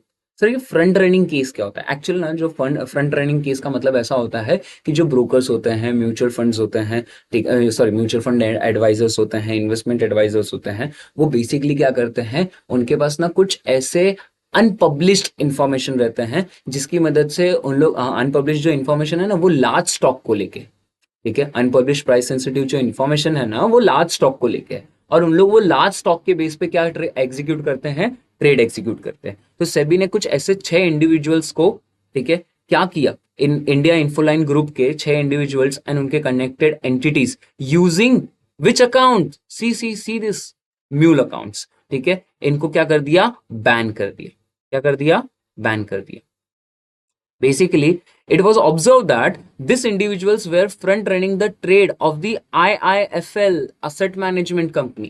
ठीक है, इस पर्टिकुलर फंड्स में इन लोग क्या कर रहे थे सर, ये नीचे का वो एड मत देखो रे तुम लोग, ठीक है, इस पर्टिकुलर स्टॉक्स में इन लोग क्या कर रहे थे, फेरबदल कर रहे थे। ठीक है, मतलब इनके पास इस पर्टिकुलर स्टॉक का क्या था, बेसिकली एक ऐसा अनपब्लिश्ड इंफॉर्मेशन था, ठीक है, जिसके बेस पे इन लोग लार्ज स्टॉक्स में इसमें ट्रेड करने जा रहे थे एंड ट्रेड कर भी रहे थे। तो सेबी ने कहीं ना कहीं एग्जामिन किया उनके KYC details, call data records, bank account statements, ठीक है, तुम लोग को तो भी यही देखना है, मालूम। और जिसमें उन्होंने देखा कि SEBI said that trading pattern showed deployment of the BBS buy buy sell sell sell buy sell buy sell buy buy buy buy buy buy sell sell sell sell sell, ठीक है, ऐसा सेबी ने उसमें पैटर्न ऑब्जर्व किया। 2 typical modes front running case में होते हैं, ठीक है, इसीलिए सेबी ने क्या किया कि big client refer to the IIFS and alternative investment fund scheme के तहत आता है, ठीक है, इसके लिए इन सारे के सारे इंडिविजुअल्स को क्या करो, क्या करो, बैन करो। तो इन लोग बेसिकली ये जो ट्रेड कर रहे थे वो एक इलीगल अकाउंट के थ्रू कर रहे थे। अकाउंट तो मतलब नॉर्मली ओपन किया जाता है, ठीक है, बस खाली जो उनका पर्पस रहता है वो फ्रॉड रहता है, इसके लिए ऐसे अकाउंट्स को म्यूल अकाउंट्स कहा जाता है। आई होप आप लोगों को समझ में आया and I am communicating this very clearly to every. ठीक है। तो सर अमेंडमेंट क्या है? केस तो मजेदार था, ठीक है। अमेंडमेंट ये है कि डीलिंग इन सिक्योरिटीज के डेफिनेशंस में अब से म्यूल अकाउंट्स भी कवर हो। Getting this? नेक्स्ट, डीलिस्टिंग को लेके एक प्यारा सा अमेंडमेंट है, एंड मैंने ये ऑनगोइंग लेक्चर्स में कवर किया है कि इन्होंने बोल दिया है कि अगर आप लोग डीलिस्टिंग वगैरह के इसमें क्या लेते हो, प्राइसिंग लेते हो, क्या लेते हो? प्राइसिंग लेते हो। तो प्राइसिंग में आपको फ्लोर प्राइस डिटरमाइन करना है। तो फ्लोर प्राइस क्या रहेगा sir? Volume weighted average price, volume weighted average market price, 52 weeks, 60 trading days, and highest price paid by the acquirer, that's called 26 week के इसमें एडजस्टेड बुक वैल्यू या फिर optional independent valuer का, ठीक है। अगर इन फ्रीक्वेंटली ट्रेडेड शेयर्स रहेंगे तो हम लोग किसके पास से वैल्यूएशन अमाउंट लेके, सॉरी वैल्यूएशन प्राइस लेके आएंगे? इंडिपेंडेंट वैल्यूअर से। इनमें से कोई भी प्राइस, उनमें से whichever is higher shall be consider for minimum price for delisting, ठीक है। तो इन्होंने फ्लोर प्राइस कैसे निकालते हैं उसके लिए एक टर्म एक्सप्लेन किया, volume weighted average price, volume weighted average market price, highest price paid, adjusted book value और इंडिपेंडेंट वैल्यू। इनमें से whichever is higher shall be the minimum price for delisting, ठीक है। और वो मिनिमम प्राइस बेसिकली तुम लोग RBBM के लिए यूज कर सकते हो, रिवर्स बुक बिल्डिंग मैकेनिज्म, जिसमें कि एक्सेप्ट द बिड प्राइस या फिर काउंटर ऑफर प्राइस या फिर वॉलेंट्री पे द प्राइस, उसके लिए तुम लोग वो मिनिमम प्राइस यूज करोगे। या फिर अगर फिक्स प्राइस के लिए यूज कर रहे हो तो इन्होंने क्या बोला कि आपका जो पर्टिकुलर फ्लोर प्राइस आया, वो फ्लोर प्राइस में 15% ऐड कर दो। इससे आपका क्या तैयार हो जाएगा? फिक्स प्राइस मेथड का प्राइस तैयार हो जाएगा। तो बेसिकली हम लोग प्राइसिंग तो ऐसी ही ना, एक तो बुक बिल्डिंग के थ्रू डिटरमाइन कर लेंगे, रिवर्स बुक बिल्डिंग के थ्रू, या फिर फिक्स प्राइस रहेगा तो रिवर्स बुक बिल्डिंग में जो बिड आया उसी को एक्सेप्ट कर लो, या फिर कोई काउंटर ऑफर आ रहा है उसको एक्सेप्ट करो, या फिर वॉलेंट्री पे द प्राइस। ये हो गया तुम्हारा रिवर्स में। एंड फिक्स्ड केस में जो भी तुम्हारा फ्लोर प्राइस रहेगा उसमें ऐड 15%। ये प्राइसिंग को ही लेके इन्होंने टर्म ऐड किया। I hope I'm communicating this very clearly to everyone. Head and shoulder everyone. Clinic Plus? अरे हट गया ना डैंड्रफ डाउट का डीलिस्टिंग को लेके। तो डीलिस्टिंग में एक पर्टिकुलर जो भी प्राइसिंग रहता है वो प्राइसिंग के तहत, ठीक है, इन्होंने बोला वो प्राइसिंग में एक फ्लोर प्राइस दिया जाता है। कौन सा प्राइस? Floor price. मतलब सर मैं ऐसा बोल सकता हूं इसको मिनिमम प्राइस। यस। तो वो जो मिनिमम प्राइस है, ठीक है, वो मिनिमम प्राइस के अंदर ही इन्होंने क्या बोला कि मिनिमम प्राइस पहले कैलकुलेट करो, फिर उसको तुम लोग आरबीबीएम के लिए यूज कर सकते हो एंड फिक्स प्राइस के लिए। आरबीबीएम मतलब ऑनगोइंग लेक्चर्स में हम लोग ने देखा था ये रिवर्स बुक बिल्डिंग कैसे कैलकुलेट करते हैं, ठीक है। छोटे से बड़े प्राइस पे जाना, कंपनी अगर बेसिकली शेयर्स ले रही है तो ज्यादा प्राइस देगी कि कम, ज्यादा प्राइस देगी कि कम, कम, ठीक है। तो उसके लिए वो कौन सा मेथड यूज करता है? Reverse book building. तो इन्होंने बोला उसमें जब प्राइस बैंड देते हो आप लोग सामने बिड्स करने के लिए, तो प्राइस बैंड का जो मिनिमम प्राइस रहता है, मतलब फ्लोर प्राइस रहता है, तो वो ऊपर दिए हुए टर्म से कैलकुलेट हो। तो उनमें से whichever is higher shall be consider for minimum price for delisting. और फिक्स प्राइस के तहत तुम लोग देना चाहते हो, मतलब बैंड ही नहीं देना चाहते, ठीक है, उनकी बैंड बजाना चाहते हो, तो ऐड कर लो उसमें कितना? 15% एटलीस्ट, ठीक है। यही था तुम्हारा डीलिस्टिंग, ठीक है। उसके बाद उसके बाद एस्क्रो वगैरह अकाउंट्स का तो हम लोग ने कवर कर ही लिया है। Yes, that's it, super sorted and we are done with this, ठीक है। तो अगर मैं कहूं काफी ज्यादा जो इंपॉर्टेंट था वो तुम्हारा ये फर्स्ट वाला था, ये सेकंड वाला, ये थर्ड वाला, ये, उसके बाद डायरेक्टली टेक ओवर वाला, इनसाइडर वाला, अनफेयर ट्रेड प्रैक्टिस। इनसाइडर तो काफी ज्यादा इंपॉर्टेंट है, इसको तो हाईलाइट भी कर दूं मैं, ठीक है। And next delisting. अब आप लोग मुझे कहोगे, एक मिनट, मुझे याद है आप लोग मुझे क्या कहोगे। आप लोग मुझे कहोगे सर हमने तो ये ऑनगोइंग सेशंस में ये अमेंडमेंट थोड़ी ना था, ये तो हम लोग ने देख रखा था।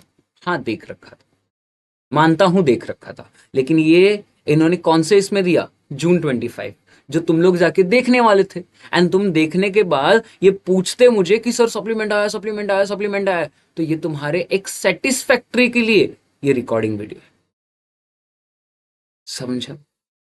ठीक है, मतलब सर हमारी पढ़ाई जैसी चल रही थी हम वैसे कंटिन्यू रख सकते हैं। मैं क्या बोल रहा हूँ, पहले से मैं यही बोल रहा हूँ, जैसे तुम लोग कंटिन्यू रख रहे थे पढ़ाई वैसे ही कंटिन्यू रखो, कुछ ज्यादा अमेंडमेंट्स नहीं है। हाँ, एक तुम लोग को स्टार मार्क वाला अमेंडमेंट अगर मैं बोलूँ तो यही है, प्रोहिबिशन ऑफ इनसाइडर ट्रेडिंग उसमें। ठीक है, 120 डेज का कूलिंग ऑफ वगैरह वगैरह। I hope I am communicating this very clearly to everyone. समझा? एक और बार देख लेते हैं, कोई बात नहीं। दैट्स कॉल सबसे पहला वीसीएफ, वेंचर कैपिटल फंड। ठीक है, हम लोग रिवीजन का भी रिवीजन कर देते हैं कभी कभी, ऑनगोइंग सेशंस में बहुत ज्यादा किया हमने।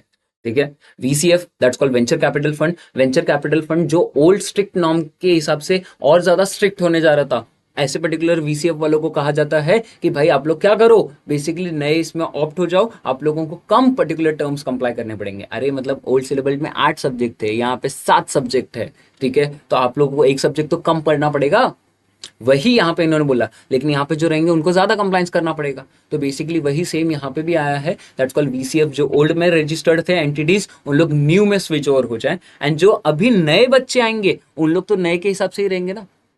जो अभी नए बच्चे आएंगे उन लोग तो नए के हिसाब से ही रहेंगे। तो उन लोग वही बोल रहे हैं, अगर नई कोई वीसीएफ कंपनी आ रही है तो वो तो भी सही इनडायरेक्टली इसी में कवर होगी। मतलब ये जो नोटिफिकेशन है ये सिर्फ ओल्ड वाले पर्टिकुलर वीसीएफ्स के लिए, एंड 12 महीने के अंदर अंदर आपको यहाँ पे आ जाना है। अगर आप नहीं आते हो तो आपको सेबी द्वारा बनाए हुए, ठीक है, क्या स्ट्रिक्ट नॉर्म को ही कंप्लाई करना पड़ेगा। नेक्स्ट, सेटलमेंट, सॉरी एआईएफ, उसमें एक वर्ड निकाल दिया, ये तो हमको मालूम ही पड़ गया। दूसरा, settlement cycle for only 25 scripts, इन्होंने सेटलमेंट साइकिल को T+O कर दिया। बाकी जो एग्जिस्टिंग, ठीक है, अदर देन दिस 25 स्क्रिप्ट्स, इनके अलावा अगर जो दूसरे स्क्रिप्ट्स हैं, ठीक है, उनके लिए आज भी पर्टिकुलर सेटलमेंट साइकिल कितना है, T+1। जो ये T+O हो चुका है, इसमें जो टाइमलाइन है 9:15 टू 1:30 के बीच में ट्रेड एग्जीक्यूट। नेक्स्ट, स्कोर्स का इन्होंने क्या बोल दिया, न्यू वर्जन इंट्रोड्यूस हुआ है 2.0। Next, banker to an issue के इसमें इन्होंने बताया एस्क्रो अकाउंट सर्विसेज देता है, सेपरेट बैंक अकाउंट सर्विस देता है, एंड उसके साथ ही साथ वो बिजनेस तब तक कंडक्ट नहीं कर सकता जब तक उसके पास क्या रिसीव ना हो जाए, certificate of commencement of business.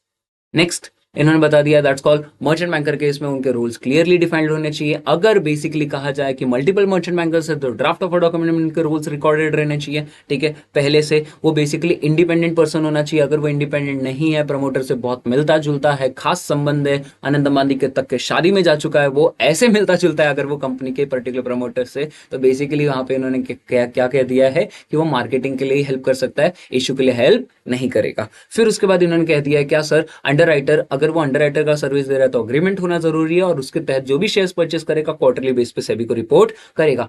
उसके अलावा अगर वो कोई से शेयर्स को परचेस कर रहा है तो वो सेबी को कितने दिनों में बता देगा, 15 डेज में। Super sorted. नेक्स्ट, प्राइसिंग जब कैलकुलेट करोगे तो उसमें हम लोग दो चीजें छोड़ देंगे, material price discovery and confirmed events. Super super super. Next, that's call आ जाता है प्रोहिबिशन ऑफ इनसाइडर ट्रेडिंग, जिसमें इन्होंने क्या बोल दिया, जनरली अवेलेबल इंफॉर्मेशन जो है वो इंक्लूड नहीं करेंगे अनवेरिफाइड न्यूज। जो न्यूज वेरीफाइड नहीं है तो उसको हम लोग इंफॉर्मेशन अवेलेबल है ऐसा हम लोग मानेंगे नहीं, इवन दो वो अवेलेबल क्यों ना हो। ठीक है, थ्रू सोशल मीडियाज वगैरह, तो उसको हम लोग क्या बेसिकली वेरीफाइड न्यूज मानते हैं क्या, बिल्कुल नहीं। उसमें तो तुम लोग कुछ भी गिबली गिबली गिबली करके इंट्रोड्यूस कर दोगे तो थोड़ी ना हम लोग मानेंगे। तो बेसिकली नेक्स्ट इन्होंने क्या कहा है सर, ट्रेडिंग प्लान में कूलिंग ऑफ पीरियड इन्होंने बता दिया, प्राइसिंग लिमिट को प्राइसिंग बैंड के तहत इंट्रोड्यूस कर दिया। ठीक है, and next, compliance officer with in 2 days from the acceptance and rejections, ठीक है, वो क्या कर देगा, सबमिट कर देगा स्टॉक एक्सचेंज को कि भाई ये रहा trading plan. Contra trade basically पहले था, ठीक है, उसको अब इन लोग ने निकाल दिया। कॉन्ट्रा गेम याद है, बहुत अच्छा गेम हुआ करता था।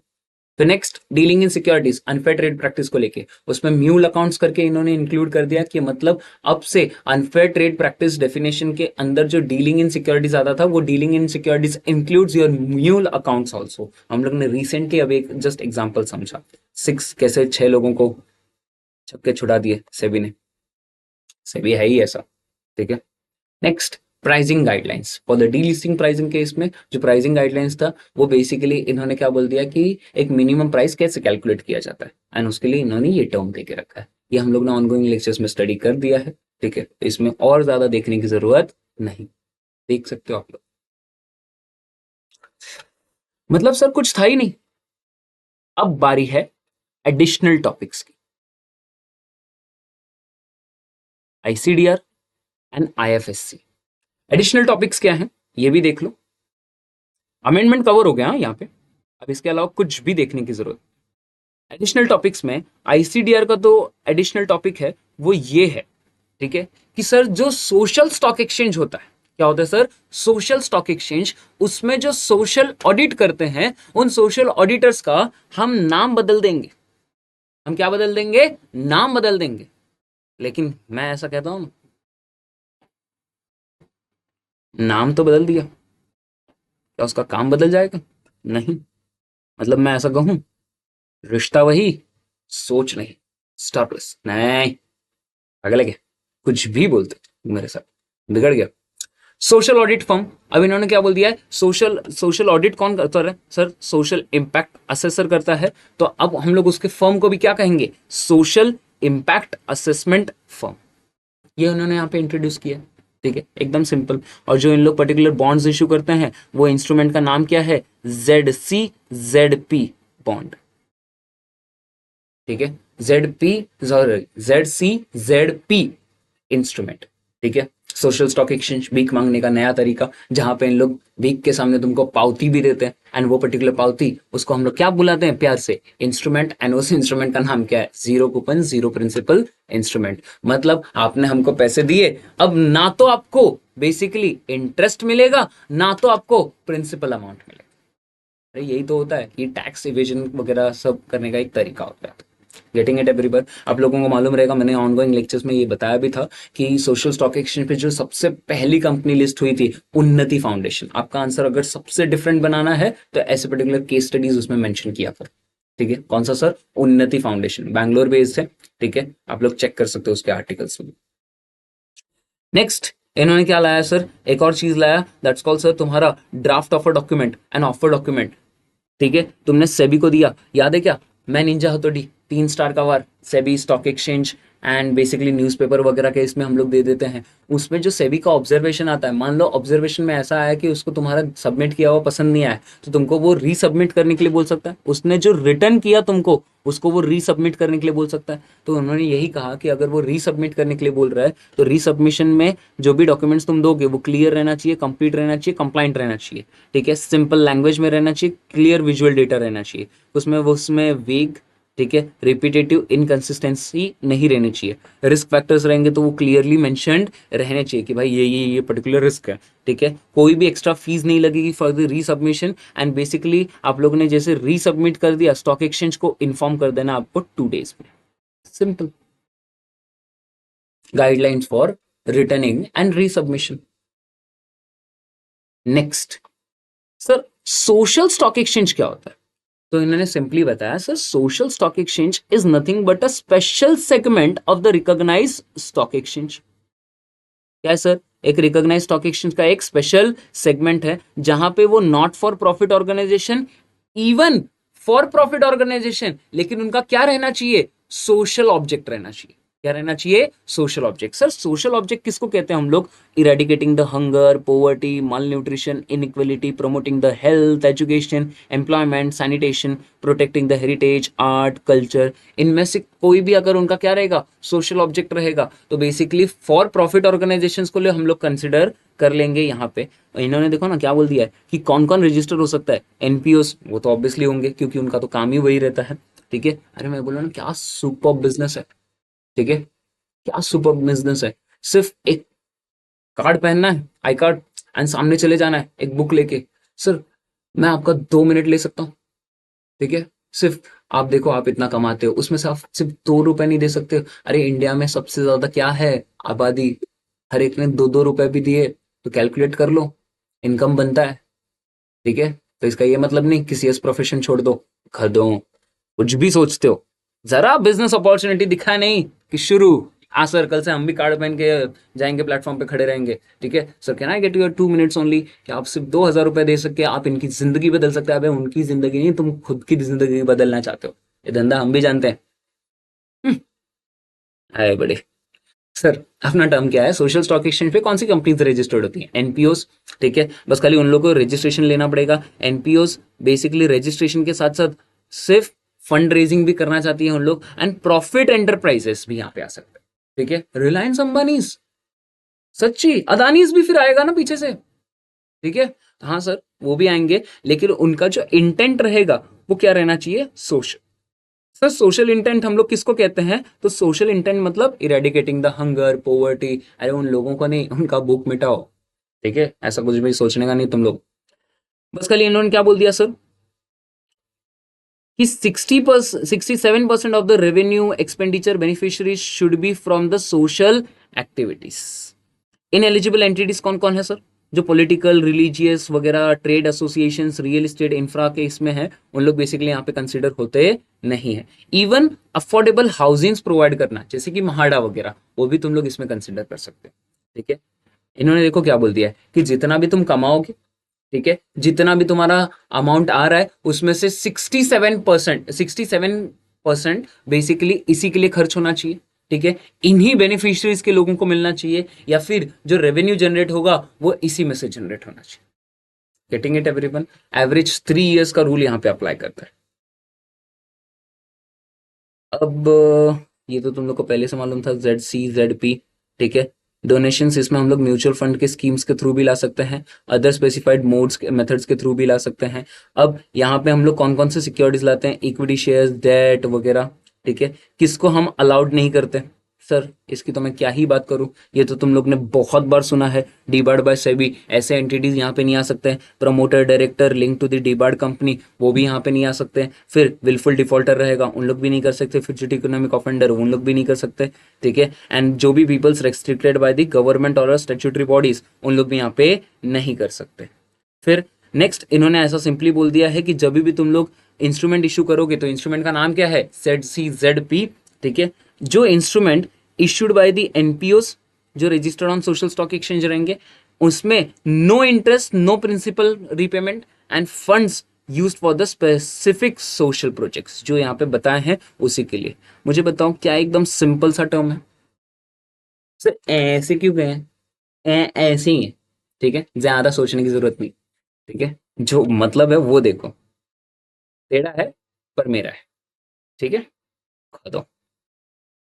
आई होप आप लोगों को समझ में आ रहा है। कुछ नहीं, एनपीओज वगैरह ये सारी चीजें हम लोग को मालूम है। इसमें सिर्फ जो आप लोगों को नया लगा रहेगा वो ये 67% वाला लगा रहेगा, मतलब जो भी फंड्स आए हैं उसमें से 67% हम लोग इसी के लिए यूज करेंगे। रेवेन्यू इसमें से 67% का यहीं पे जाएगा, एंड बेसिकली बेनिफिशियरीज को इसमें से बेनिफिट मिलना चाहिए। तो मतलब 67% तक का यहीं पे जाना चाहिए। बाकी तुम लोग यहाँ वहाँ लूट मार करके लेके जाओ, सैलरी वैलरी दिखा के दे दो।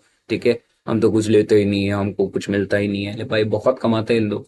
ठीक है, फिर उसके बाद इन्होंने सिंपली बताया है, हाँ ये तुम्हारे लिए नया आ गया रहेगा, ये जो तुम लोग ने आईपीओ एफपीओ राइट इश्यू इनके टर्म्स में हम लोग ये बार बार पढ़ते थे ना, संगत रंगत, याद है क्या। ठीक है, wilful defaulter, fugitive economic offender, वही सेम पॉइंट्स इन लोग ने यहाँ पे दिया। एंड लास्ट में इन्होंने एक और पॉइंट मेंशन किया है इंस्ट्रूमेंट के बारे में। अगर मैं तुम लोग को एक चीज दिखाऊं ना, एकदम ध्यान से सुनना। कहाँ हो तुम, कहाँ हो तुम, उन्नति फाउंडेशन बैंकॉक। यस यस, ये दिख रहा है क्या, मैं कोई इसका एम्बेसडर वगैरह नहीं हूँ। ठीक है,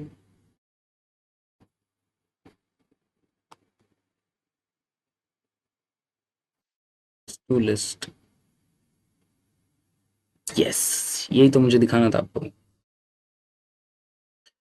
हाँ, SGBS Unnati Foundation, a not-for-profit organization, will be the first to list on the social stock exchange. The foundation will open a zero coupon, zero principal bonds that neither पे, देखो कितने बोल्ड में लिखा है इन लोग ने, नीदर पे, ये क्या इन लोग ने ऐसे ही लिखा है, मतलब लोगों को दिखाई दे रहा था, दिखाई नहीं दे रहा था, इसमें तकलीफ हो रही थी? नहीं सर, ऐसा कुछ भी नहीं। ये सेबी का एक नोटिफिकेशन है, उसमें एक सेंटेंस में सेबी ने कहा है कि आप लोगों को ये मेंशन करना ही पड़ेगा, which neither pay the interest during the tenure of the bond nor pay back the principal once the project ends and this bond ceases to exist, जब ये पीरियड खत्म हो जाएगा। तो ऐसा उनको मेंशन करना ही पड़ता है, ठीक है।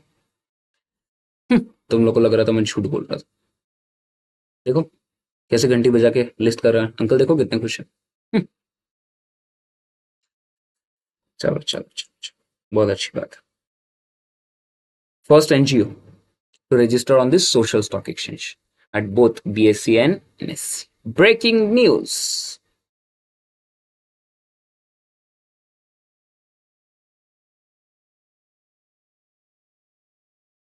तो कहाँ लिखा है बैंगलोर बेस्ड है? हाँ, वो भी दिखा देता हूँ। Bangalore Unnati set to be first to list on this social box. आ जाओ आ जाओ आ जाओ। आई होप आप लोगों को ये समझ में आए, ठीक है। एंड द लास्ट, IFSCA पढ़ा था हम लोग ने, ठीक है। IFSCA में आप लोगों को मालूम रहेगा, ये नए रेगुलेशन के तहत ये इन लोग ने एडिशनली लाया है 2024। IFSCA में अगर आप लोगों ने पढ़ा रहेगा तो IPO वाली करने वाली कंपनीज आ सकती हैं, FPO कर सकते हो, राइट इशू कर सकते हो, डिपॉजिटरी कर सकते हो, SPAC कर सकते हो, फिर सेकेंडरी लिस्टिंग, कमर्शियल पेपर्स। इसमें जो सबसे अलग था हम लोग ने ये देख लिया था सेकेंडरी लिस्टिंग क्या होता है। उसके बाद इन्होंने बता दिया कौन कौन सी कंपनीज आ सकती हैं, कंपनी इनकॉर्पोरेटेड इन IFSC वो भी यहाँ पे लिस्ट हो सकती हैं, इंडिया में जो बनी है वो भी आ सकती हैं, फॉरेन ज्यूरिसडिक्शन, इन लोग सीधा सीधा नहीं बोलेंगे, BCom के नशे में बोलेंगे, ठीक है। फिर सीधा सीधा बोल दो ना सारी कंपनीज आ सकती हैं, लेकिन नहीं नहीं, हम बताएंगे जो इंडिया में है वो भी आ सकते हैं, जो IFSC में है वो भी आ सकते हैं, जो इंडिया के बाहर है वो भी आ सकते हैं, and entities issuing debt securities वो भी आ सकती हैं, ठीक है। बस खाली इन्होंने यहाँ पे बता दिया अगर तुम्हारी कंपनी IPO लेके आ रही है तो ऑपरेटिंग रेवेन्यू कितना रहना चाहिए, $20 20 million in the last financial year, pre tax profit कितना रहना चाहिए, $1 million in last financial year, and post issue market cap कितना रहना चाहिए, $25 million। तो 20 मिलियन का ऑपरेटिंग रेवेन्यू, 1 मिलियन का प्री टैक्स प्रॉफिट और 25 मिलियन का क्या सर, मार्केट कैप रहना चाहिए। अगर आपकी कंपनी क्या लेके आ रही है सर, क्या लेके आ रही है, IPO लेके आ रही है। फिर इन्होंने बता दिया IPO की कुछ अदर रिक्वायरमेंट्स कि filing of offer document is required, ठीक है। अगर आपका issue size 50 million US dollar से कम है या फिर उसके बराबर है तो ये नहीं भी करोगे तो भी चल जाएगा, लेकिन सर अगर उससे ज्यादा है तो आपको ये फाइलिंग तो करना ही पड़ेगा। दूसरा, ऑफर टाइमिंग क्या रहेगा सर, 12 मंथ के अंदर अंदर आपको कर लेना है।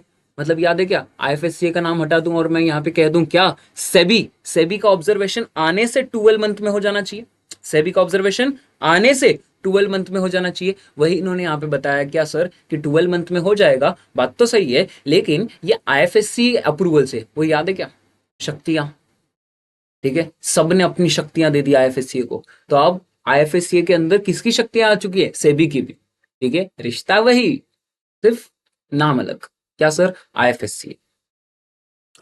तो सर इन्होंने क्या बोल दिया, जैसे ही अप्रूवल आ गया, अप्रूवल से कितना, 12 मंथ के अंदर अंदर तुम्हारा IPO हो जाना चाहिए, जो कितने दिनों के लिए ओपन रहेगा, 1 working day, maximum 10 working days. ICDR में क्या पढ़ा था, 3 working days, maximum 10 working days, and ILNCS में क्या पढ़ा था, 2 working days, maximum 10 working days. वैसे यहाँ पे क्या है, 1 working days, maximum 10 working days. फिर उन्होंने बोला बस खाली आपको सिक्योरिटीज कॉन्ट्रैक्ट रेगुलेशन रूल्स 1957 को भी कंप्लाई करना पड़ेगा। फॉरेन कंपनीज का मिनिमम पब्लिक, अगर फॉरेन कंपनीज का होल्डिंग है तो उसमें कितना आ जाएगा sir, 10% of the post issue किसका रहना चाहिए सर, मिनिमम पब्लिक ऑफर, अगर फॉरेन कंपनीज आ रही हैं तो। फिर उसमें इन्होंने बता दिया कि IPO only if minimum subscription is met, lock in, promoters को शेयर्स लॉक इन करके रखना पड़ेगा फॉर 180 डेज। FPO है तो नॉर्मल सी बात है, क्या नॉर्मल सी बात है सर, IFSCA गाइडलाइंस फॉलो करो, मिनिमम सब्सक्रिप्शन। फिर SPAC, ये याद है क्या, मैंने बहुत डीपली समझाया था, SPAC मतलब क्या रहती है, जिनका खुद का कोई काम धंधा नहीं रहता लेकिन इन लोगों को दूसरे के काम धंधे में पैसा लगाने में बहुत अच्छा लगता है, ठीक है, मतलब जिसका खुद का कोई भी बिजनेस ऑपरेशंस नहीं रहते, लेकिन इन लोग कौन से कंपनीज को अक्वायर करते हैं, जिसका बिजनेस ऑपरेशंस रहता है। याद है क्या? Tata steel, Tata Motors, Tata salt, Tata, sir रुक जाओ, सन्स मत बोलना।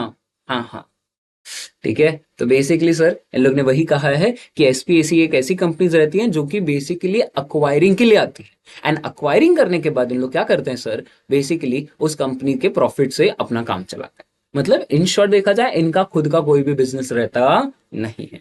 उसमें इन्होंने बोल दिया कि अगर कोई एसपीएसीज लिस्ट होना चाहती है तो no prior business combination identified, उनका पहले से कोई भी बिजनेस कॉम्बिनेशन इन्वॉल्व नहीं रहना चाहिए। Provision for redemption and liquidation उनके पास रहना चाहिए। उनका अच्छा ट्रैक रिकॉर्ड रहना चाहिए। अब लिस्टिंग रूल्स क्या है? ऑफर साइज कितने का देना पड़ेगा? 50 मिलियंस का। फिर स्पॉन्सरर का होल्डिंग कितना रहेगा? 15% से लेकर 20% तक का स्पॉन्सर का खुद का होल्डिंग रहना चाहिए। एप्लीकेशन कितने का आएगा? कम से कम $1 1 लाख पर इन्वेस्टर। एंड आप लोगों को मैंडेटरी है एस्क्रो अकाउंट ओपन करना, इन्वेस्टमेंट करना, एक्विजिशन आपका 3 सालों के अंदर अंदर हो जाना चाहिए, जो भी पैसा आपको मिल चुका है उसका। And share holders rights and liquidation, चलो एकदम नॉर्मल सा पॉइंट।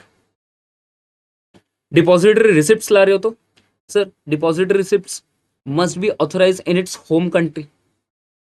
उनके कंट्री में, याद है क्या, स्विट्जरलैंड बेस्ड कंपनीज, ठीक है, या फिर वो स्टैंडर्ड चार्टर्ड बैंक, ठीक है। अगर हम लोग आईडीआर कर रहे हैं, ठीक है, तो वो बाहर गांव वाली जो कंपनी है जिसके शेयर्स इंडिया के पर्टिकुलर पीपल्स को मिलेगा, सेबी, आंखें बंद तुम पीछे से जाओ, याद है क्या वो जादू, ठीक है, लिफाफे के अंदर बंद करके देना, ठीक है, वही बेसिकली क्या हो जाता है सर, तुम्हारा डिपॉजिटरी रिसिप्ट। तो इन्होंने सिंपली क्या बोल दिया, जो भी पर्टिकुलर डिपॉजिटरी रिसिप्ट्स रहेंगे, अगर तुम लोग को डिपॉजिटरी रिसिप्ट्स लिस्ट करवाना है तो तुम्हारे वो पर्टिकुलर जो शेयर्स रहेंगे वो तुम्हारे होम कंट्री में ऑथराइज रहने चाहिए एंड लिस्टेड रहने चाहिए, ठीक है। अंडरलाइन करेंगे हम लोग उन सिक्योरिटीज को कौन से फॉर्म में? डीमैट फॉर्म में। ऑफर साइज कितना रहेगा? $7 lakh. Minimum subscription $7 lakh. Pricing fix price भी हो सकती है, बुक बिल्डिंग भी हो सकता है। अलॉटमेंट एंड रिफंड कर देने का कितने टाइम में? 5 वर्किंग डेज में। डेट सिक्योरिटीज कुछ नहीं सर, ऑफर डॉक्यूमेंट दे दो, appoint the trustees and create the debenture redemption reserve. अरे सर ये तो सारी चीजें सेम ही है ना जो हम लोग चैप्टर्स पढ़ चुके हैं। मैं बोल तो रहा हूं बच्चों, आईएफएससी को सारी शक्तियां दे दी गई है सेबी की। शक्तियों में क्या चला गया है? क्या चला गया है? रेगुलेशंस तो चले गए, जो तुम लोग ने वहां पढ़ा वो अब आईएफएससी में आ गया, दैट्स इट। सेकेंडरी लिस्टिंग अगर हम लोग कर रहे हैं तो issuer files the application, listing requirements को कंप्लाई करेगा, आईपीओ गाइडलाइंस को फॉलो करेगा, क्योंकि वो लिस्ट हो सकता है without public offer, with public offer. कैसे लिस्ट हो सकता है? Without public offer, with public offer. With public offer हो रहा है तो आईपीओ गाइडलाइंस को भी फॉलो करेगा। And the last, that's called sir listing of commercial papers and certificate of deposits. अगर आप लिस्ट करवाने चाह रहे हो तो ये कौन से फॉर्म में रहना चाहिए? वहां पे डीमैट फॉर्म में। मेच्योरिटी क्या रहेगी? क्योंकि शॉर्ट टर्म रहता है तो 7 days to 1 year। इसमें कोई भी कॉल नहीं रहेगा, कोई भी पुट ऑप्शन, ठीक है। याद है क्या आईएलएनसीएस में पढ़ा था, right to recall redeem prior to maturity. तो इन्होंने बोल दिया है कि आप इसको डिस्काउंट पे दे सकते हो, लेकिन आप इसको जल्दी मंगा नहीं सकते, और ना ही वो लोग इसको जल्दी बेच सकते हैं। अरे ऑलरेडी 1 साल का है और कितना जल्दी करोगे? करना ही था तो इशू ही क्यों किया फिर? समझ में आ रहा है? इसके लिए इन्होंने बोला no right to recall and no redeem prior to maturity. No call no put, हाँ डिस्काउंट है, नॉट अंडर रिटर्न और को एक्सेप्टेड, ठीक है। तो वो अंडर रिटर्न भी नहीं रहना चाहिए, को एक्सेप्टेड भी नहीं रहना चाहिए, मतलब किसी और लोग ऑलरेडी किसी और को हम लोग ने दे के रखा है एंड वो तुमको दे रहा है, तो ऐसे भी पर्टिकुलर क्या कमर्शियल पेपर्स रहने नहीं चाहिए। Totally fresh issue commercial papers रहने चाहिए। नेक्स्ट, लिस्टिंग द फीस कितना रहेगा? $1,000 का। Same listing rules as commercial papers and listing fees कितना रहेगा सर? $1,000। That's it. इतना सा तो था। हाँ सर, फिर से टेढ़ा, हाँ बट मेरा, मैंने कहा था, ठीक है। यही था तुम्हारे कुछ एडिशनल टर्म्स, किसके टर्म्स को लेके? आईसीडीआर एंड आईएफएस, ठीक है। बस अब मुझे बताओ, नहीं नहीं नहीं नहीं, अब मुझे बताओ, क्या आप लोगों को कुछ ऐसा लग रहा है सर ये कुछ भारी भरकम चीज आपने बता दी? बिल्कुल भी नहीं। भारी भरकम कुछ इसमें था ही नहीं। अगर आप लोगों ने ध्यान से एंड अच्छे से देखा रहेगा तो कुछ ज्यादा है ही नहीं इसमें, ठीक है। एक्सेप्ट इनसाइडर ट्रेडिंग को छोड़ के कुछ भी इसमें उतना ज्यादा है ही नहीं, बाकी सारी चीजें बहुत अच्छी। आई होप आप लोगों को सेशन बहुत अच्छा लगा रहेगा, ठीक है। आप अपनी पढ़ाई कंटिन्यू कर सकते हो, इसको जब भी चाहिए, हाँ इसके नोट्स का टेंशन मत लेना, मैं वो ड्राइव लिंक के थ्रू तुम लोग को प्रोवाइड करवा दूंगा, ठीक है। That's it for this particular session, ठीक है। एंजॉय योर स्टडीज, 2 महीने जी जान लगा दो यारो, या जाने दो। एम फॉर द रैंक और एम फॉर द एग्जामेशन, अगर ग्रुप प्राइज दे रहे हो, ठीक है, दोनों में हायर तो रहना ही रहना है। Are you guys getting it everyone, ठीक है। चलो टाटा बाय बाय।